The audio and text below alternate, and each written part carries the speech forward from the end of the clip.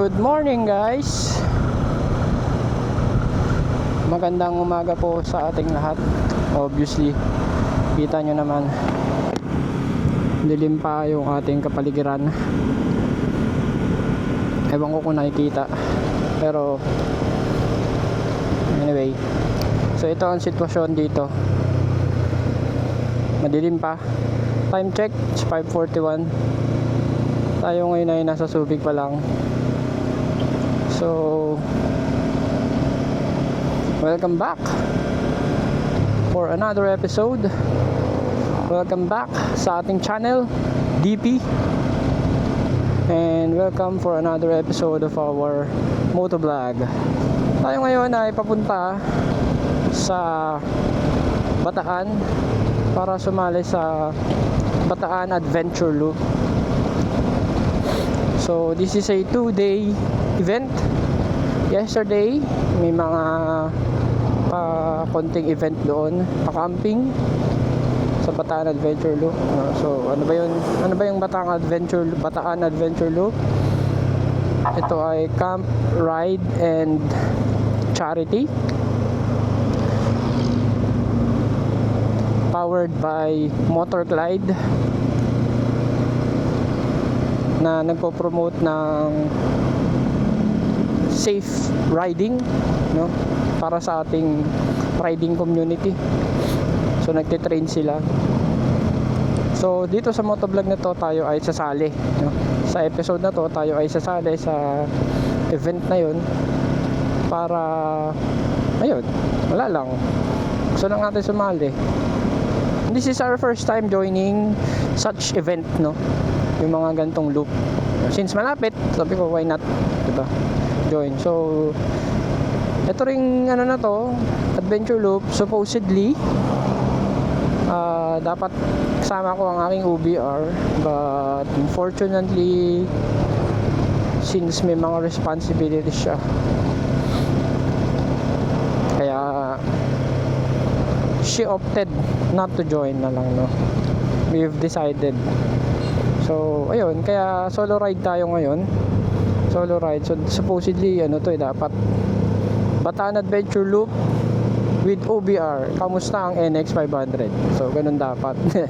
Pero dahil since solo ride tayo, siguro we'll see kung how capable is the NX 500 for such event, no, for such loop. So ang Bataan Adventure Loop, ang binigay sa amin na ruta, it will only last for, sabi nila, 6 hours, 7 hours, for a total of 220 kilometer. So may 5 checkpoints lang, so malapit lang naman, no? 220 kilometer. Sa mga endurance riders, sa mga matagal nang nagmamaneho ng pagmumotor, ng motor, basic na sa kanila to, no, yung 220 km. So tama na muna for such an introduction. Pero let's see na lang kung ano yung mangyayari pa, no. Since gabi pa rin naman na tayo ay bumiyahe pa, wala pa naman tayo dun sa event. So hopefully mag-enjoy tayo and walang mangyaring aberya. Ride safe sa lahat po ng participants. Alright, see you there. So tayo ay nandito na sa Dinalupihan. Hindi na pala ito Dinalupihan, Hermosa na pala ito, Hermosa, no? Pero ang town proper nila is papasok pa doon sa looban. Yeah. So we're here. Ay, sarap ng weather, malamig.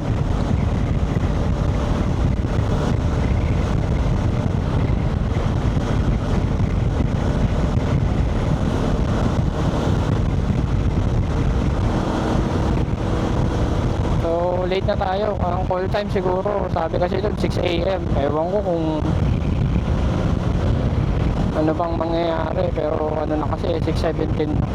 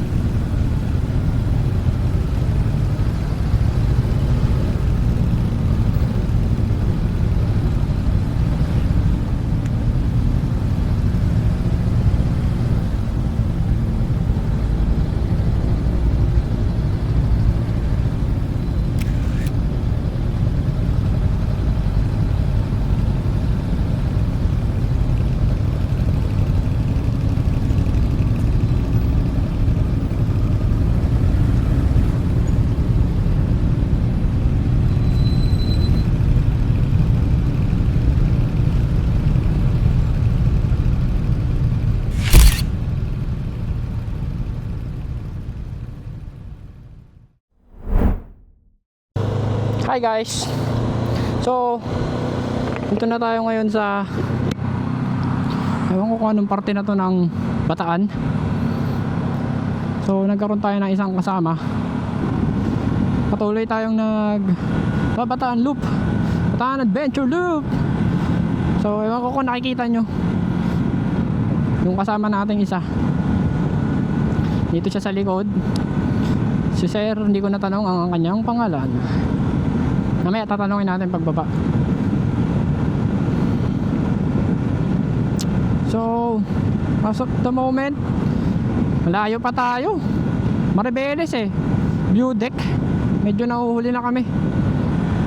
So ngayon itetest natin, kagaya ng nasabi ko nga kanina umaga guys, how capable is our NX 500 pagdating sa mga ganito. Although once again, this loop is only 220 km, no, yung layo niya. So medyo malapit lang talaga kung tutuusin. Kaya nga ng ano to, scooter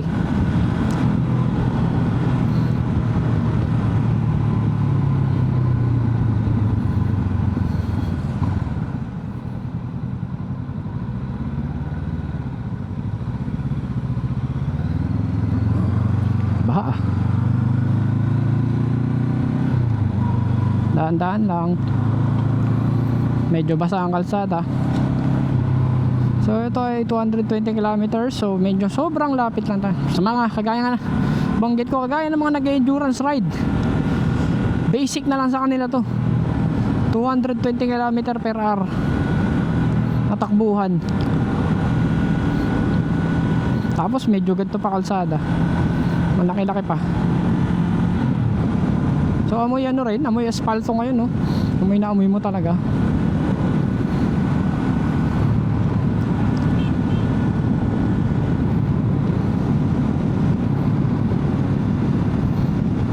Kung gaano nga, so ngayon testing natin kung gaano katibay, kung gaano ka, hindi ko kasi na-compute guys kung gaano ka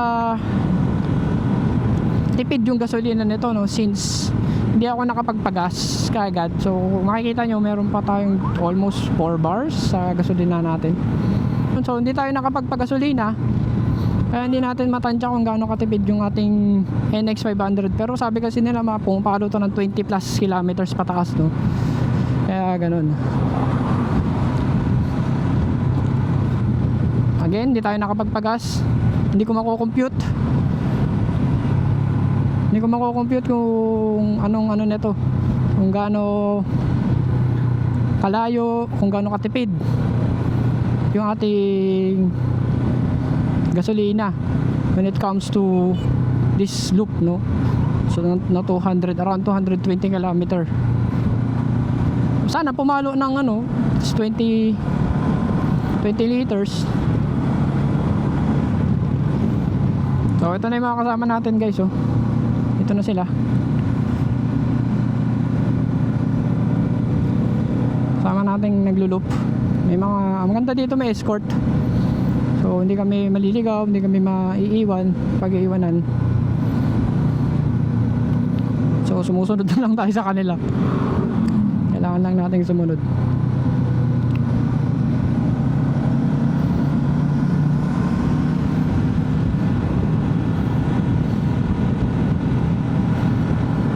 Since dito na tayo, sumunod na tayo sa kanila.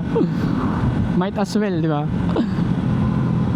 So ito ay puro big bikes din, kaya okay na din. Ay, ang ganda lang dito. Tingnan mo, pacing kami, para akong nasa ano, mga VIP. Kaya pumacing lang tayo sa kanila. So kung nakikita nyo, nagsa-hand gesture sila, no? Single lane, single file, double file, staggered position para pagka-group riding.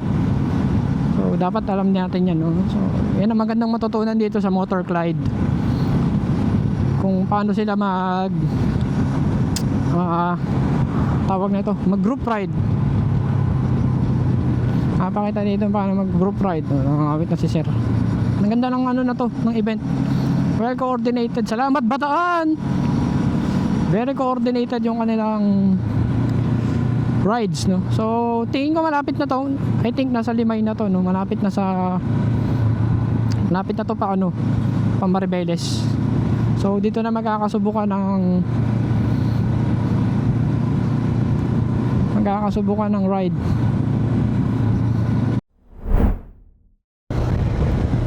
Hi guys, so I think Maribeles na to. Alam ko Maribeles na to. Nakikita na natin yung mga factory, tama ba? Kung di ako nagkakamali. So ayan, so hindi na rin maganda ang weather, mukha pang uulan. Again, ito pa rin yung mga kasama natin, Coach Clyde. Next destination namin is the Sisiman View Deck.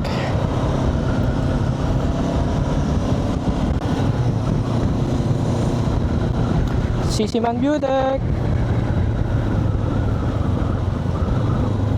So ako ang tail.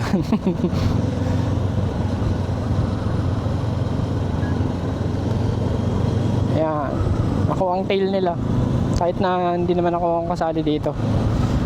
Pero it feels good din, no, na may kasama kang ganito. Mga marunong mag-ride. Marunong at the same, hindi lang marunong pero safe. Kasi tama naman sila sabi nila, no. May uuwian kang pamilya. So hindi ko alam bakit parang ganun, bawal. May init yung aking makina. Wala ba akong coolant?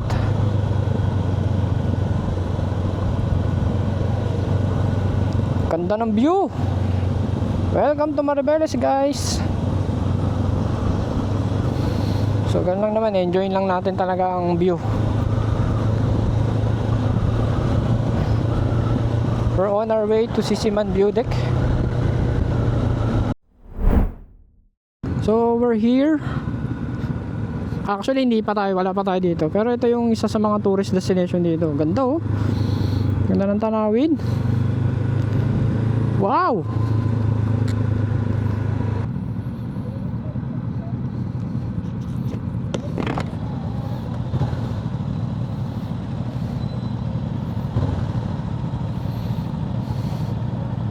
Ito na tayo, guys. Sisiman View Deck. May isang araw, no?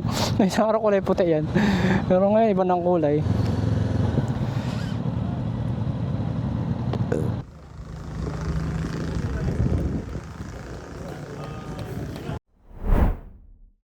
Tapos na tayo sa Sisiman. Checkpoint number 2. Papunta na tayo sa checkpoint number 3, which is yung Bagak Viewpoint Deck. Viewpoint, Bagak Viewpoint. Yung Little Baguio na tinatawag nila dito. So dito na ang simula ng bangkingan.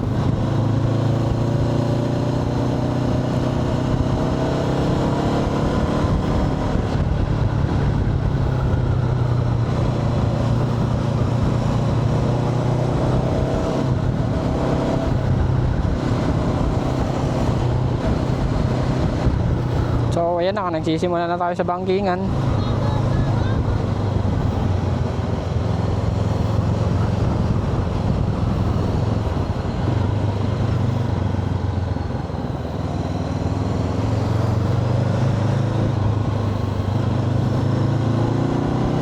So ayan, medyo clear na.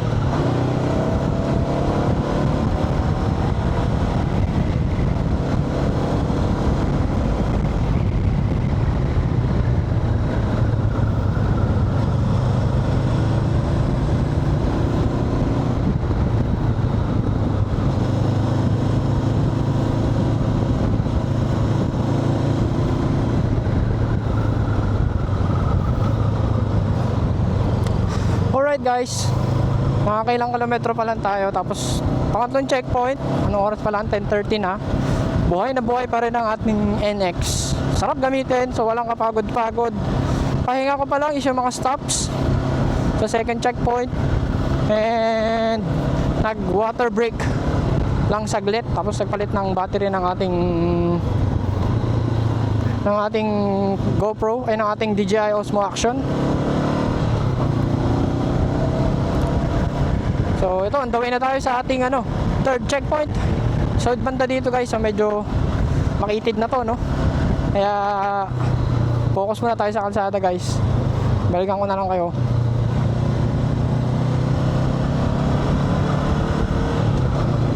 See you guys.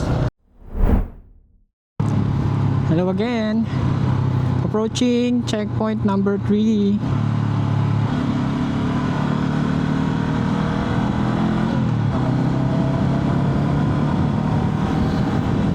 Ang checkpoint natin ay sa Bagak Viewpoint. Ito yung isa sa mga magandang tanawin dito sa Bataan. Pinupuntahan talaga Bagak Viewpoint.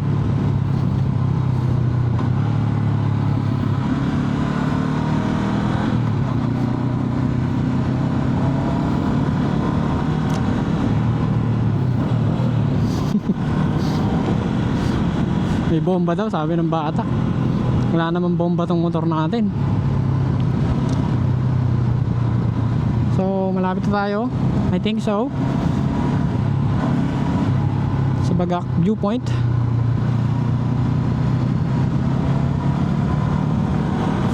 Then third, and then ang fourth checkpoint natin is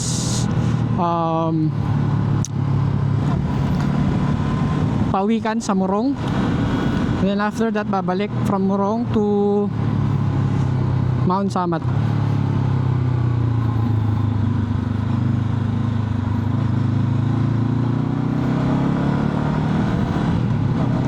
Galangan ako doon kasi kala ko buhangin.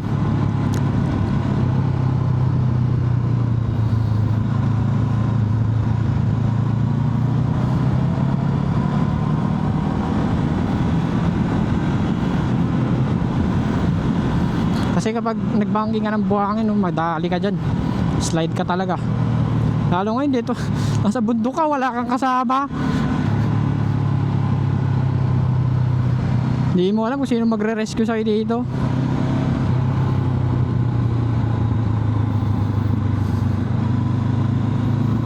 Ayun pa, tapos yan, mga ganyan, basa, mahirap yan. Slide ka talaga dyan ng matindi.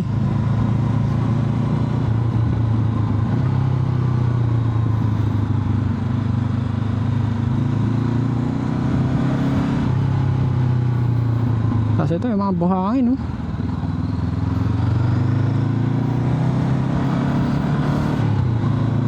Talagang delikado ka.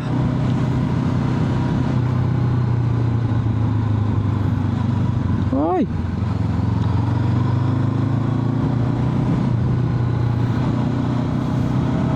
Galing din ni sir magmotor, ha? Mga bangging din siya, ha? Mga alog na yung top box natin guys. Parang di maganda yung bracket natin, ha?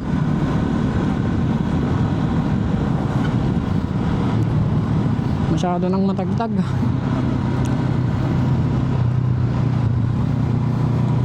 Ito talaga yung matagal, eh, sa may Bagak. Kasi wala nang tao. Tapos ang kalsada mo ganito, zigzag, bangkingan, lubakan pa, tapos may tubig sa mga bangking. Kaya nakakatakot din.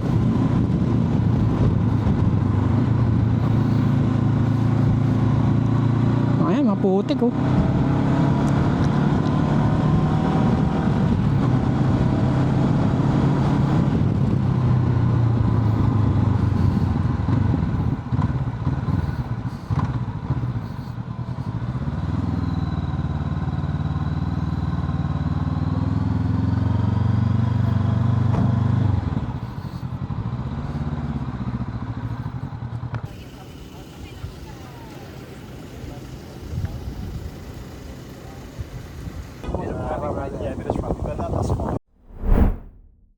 On the way sa checkpoint number 3, mga Vespa Club scooter, lupit na. Ito sila kumain. Nagme-merienda na. Di pala merienda yun, lunch time na. Tayo, murong na tayo kakain. Ganda ng view doon sa Bagak View Deck. Isa siya sa mga overlooking view dito sa Bataan, no? Although marami pa daw mga view dito, mga view deck. Pero isa yun sa mga magaganda. Alright, On the way, checkpoint number 4. Let's go. Guys.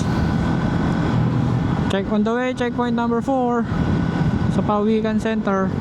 Time check, 11:44. So, planning na doon na ako mag-lunch sa Morong. Kung saan man tayo abutin sa Morong. Pero as of the moment, nasa Bagakbata na tayo. Bayan, pababa, on the way to Morong. Uy, laki ng truck, ang laki ng bus.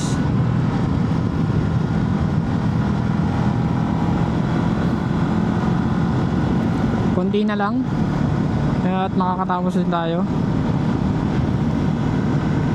Planning na makatapos kagad para makauwi din kagad, no? Makuha yung finisher kit. Anyway, although may awarding pa, may mga ceremonies pa, no? Pero planning na makauwi din kagad. So again, malapit lang to, 220 km lang. Basic lang to sa mga endurance rider. Kami din naman, di masyado nagmamadali, pero nagugutom na kasi ako eh. So 11 na oh.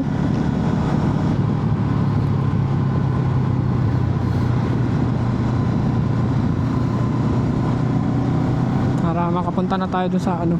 Puro lunch muna bago punta sa checkpoint number 4.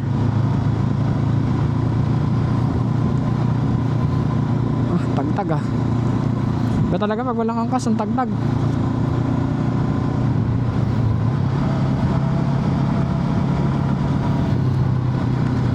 Kita nyo naman ang daan ulit dito, no? Banggingan.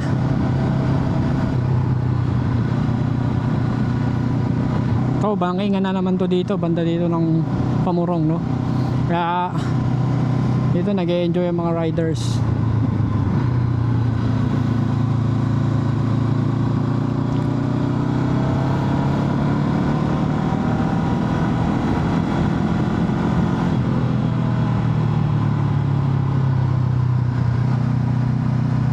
Ayun na, Morong na to.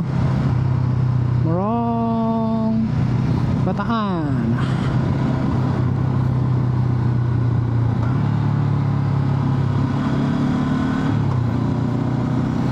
Alright guys, so see you sa next checkpoint. Daling ko na lang kayo doon.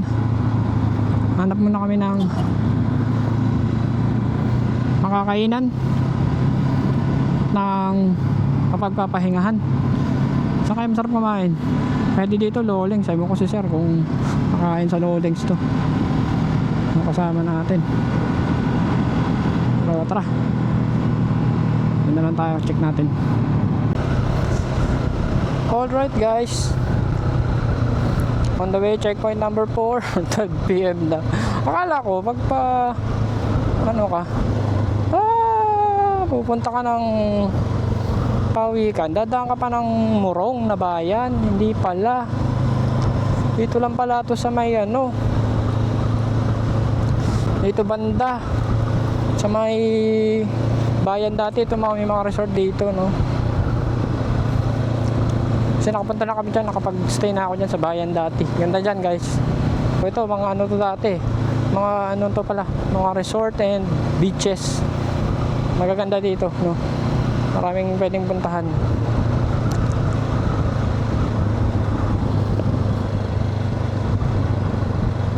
Ito, bayan dati, Azura.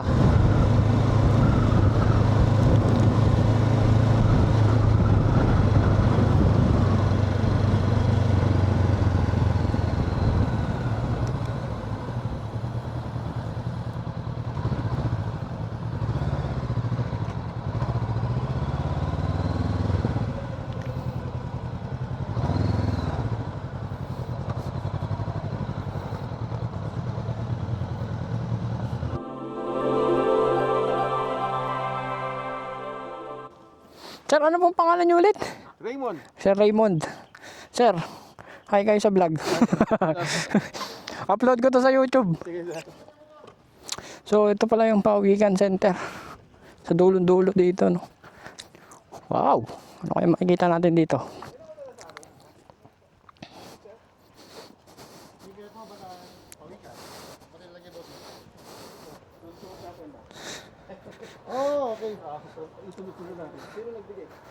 Ako ang magdikit. Ang pangit na pagkakalagay. Ito Sir, po, sir. dito na lang po sir din. Nakaano po. Naku, ang pangit pa naman ang aking pagkakadikit. Okay lang sir, kahit hindi pantay-pantay? Opo, okay lang Pantay-pantay. po. Thank you po.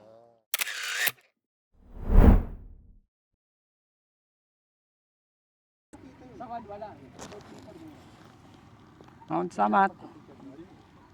Yes, go. Mount Samat.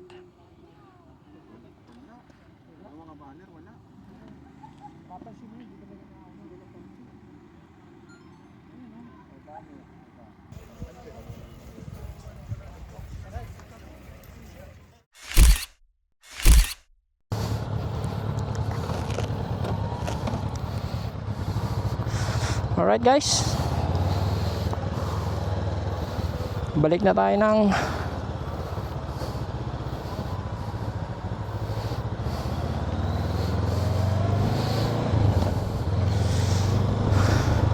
KD Rock. Here we go. Thank you, Mount Samat.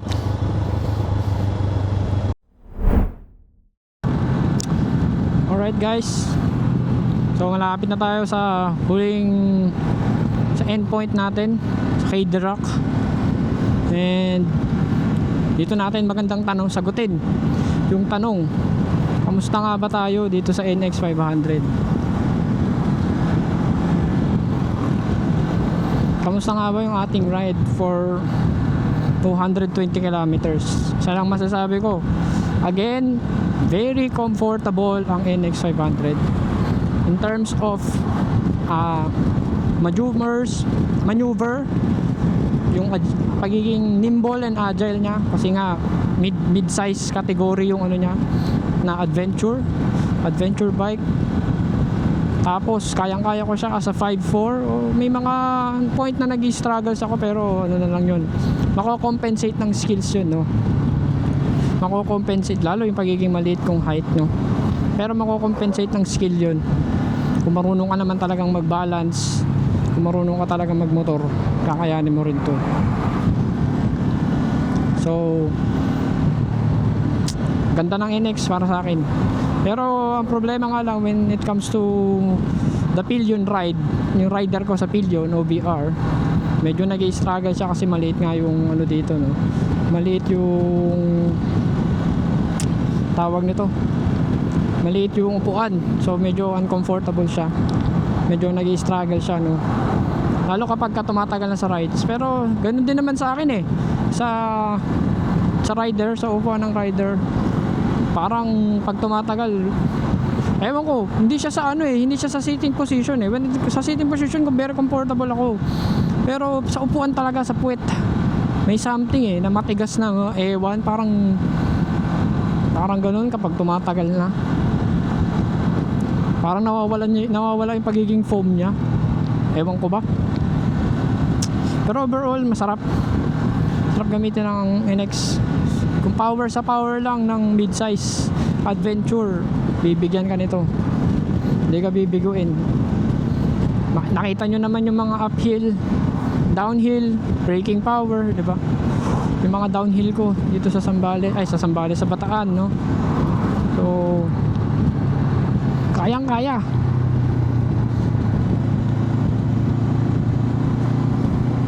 So kung gusto nyo mag-begin, sabi nga nila beginner for beginner adventure bike to, no? Lalo na kung kayo mahilig mag-rides with your OBR, of course, then gusto nyo nang somehow medyo adventure bike yung datingan ninyo, tapos may pangalan which is Honda, ito na kunin nyo. Maraming sale ngayon, naka-drop ang Honda NX, discounted siya ng 40,000 from 409, less mo by 40,000, no? So ganun na lang siya, kaya yung iba daming kumukuha, dami ko nakikita kumukuha. Very capable, yun ang masasabi ko, very capable. Dito na tayo sa KD Rock. Ito na ang ating finish line. Video na tayo, video.